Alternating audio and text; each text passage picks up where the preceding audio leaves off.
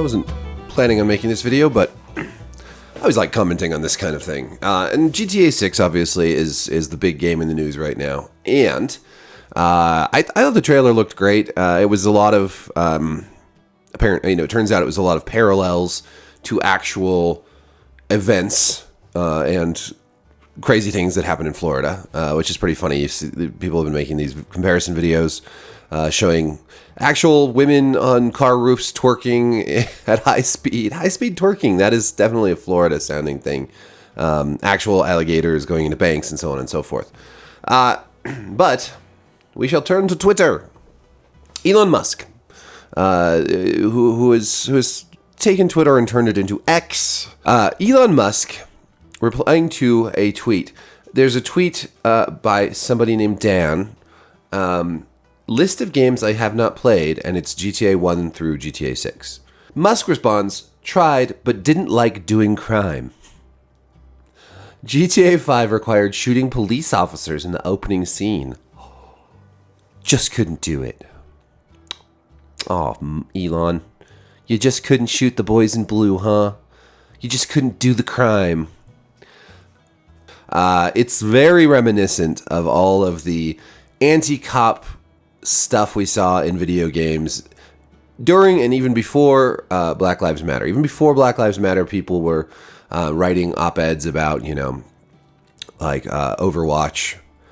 There's a Brigitte skin that made her a riot cop, and Vice published a piece, which I responded to at the time, saying, okay, I gotta, let me find the quote. In Vice, Edelweiss, in Vice, ironically, Brigitte is a character who in lore is shown as a valiant defender of the just and good, a modern knight in armor following in the footsteps of her idol Reinhardt. She can be that character, or she can be a riot cop, but she can't be both. I mean, yeah, you actually can be a valiant defender of the just and good and a riot cop. You can also be a dick if you're a riot cop. The crazy thing about cops is that they're people, and people can be good or bad regardless of their profession. There was a more recent piece by Alyssa Mercante at Kotaku, who, when Constable Tracer was released for Overwatch, a pretty bad skin. I mean, it just doesn't look good to me. I didn't like that skin. But whatever, not because she was a constable. I rather like constables. But she wrote in a long op-ed, just one paragraph here. Interestingly enough, the Tracer cop skin comes not long before Overwatch 2 adds its newest character, Ramatra, to the game, who is the leader of that very same terrorist organization Tracer was sent to stop. I wonder how he'd feel about seeing Tracer in a cop skin. Like, people write this shit with a straight face. They're like, Overwatch just added a terrorist leader. Gosh, I wonder how that terrorist leader feels about seeing Tracer in a cop skin. We must think of the terrorists. Oh, and their feelings. Obviously, this shit is extremely stupid. And you have to actually be... I don't think that these people are necessarily stupid, but you have to be so wrapped up in virtue signaling and in this ideology that you have just fallen for head over heels. You have to be so wrapped up in that to write this stuff unironically. I mean, Overwatch is a game about...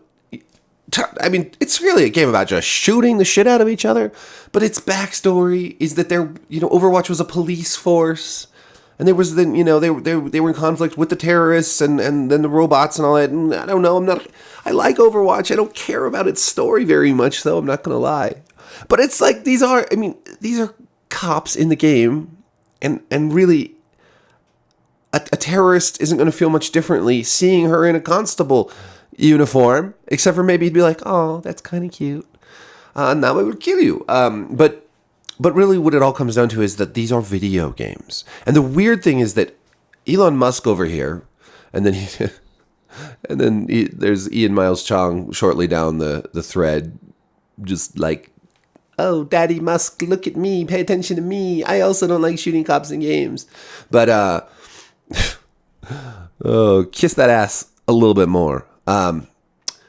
But what Musk and Mercante and Vice and all these people would agree on, the only thing that they would agree on is that the solution is to remove cops from video games. Because what's going to happen to cops in video games? Either they're going to be good guys, which we can't have because all police are the devil, or they're going to be shot, which we can't have because we don't like doing crime. No, we can't. We have to remove police from all video games. No more cops and robbers. No more cops. GTA, that can't. We can't just take the cops out of that. Take the police cars out of Fortnite. Let's just remove everything about police, just in case they're presented as good guys, or we're the bad guys and have to shoot them. Boy, I would hate to see Elon Musk try to play Payday.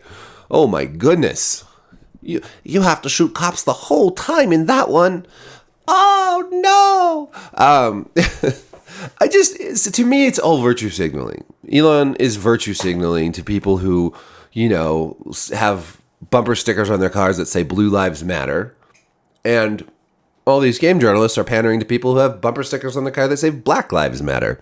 And they're all just pandering using something that all of them are smart enough to know is bullshit. Because video games don't cause real world violence.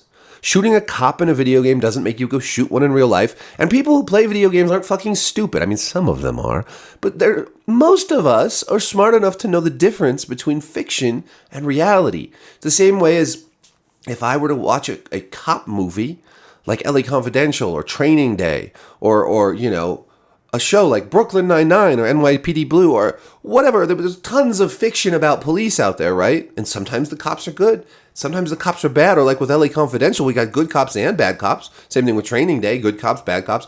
We are smart enough to know the difference between fiction and reality. And also we're smart enough to know that fiction does reflect reality and that there are both good cops and bad cops in the world that I always found the whole defund the police thing wildly stupid, both as a political message and as a practical implementation of policy, because we clearly do need police. We don't live in a utopia where there isn't violent crime. And that doesn't mean that we don't need better, police reforms to make cops more honest and accountable. These things can all be true at the same time.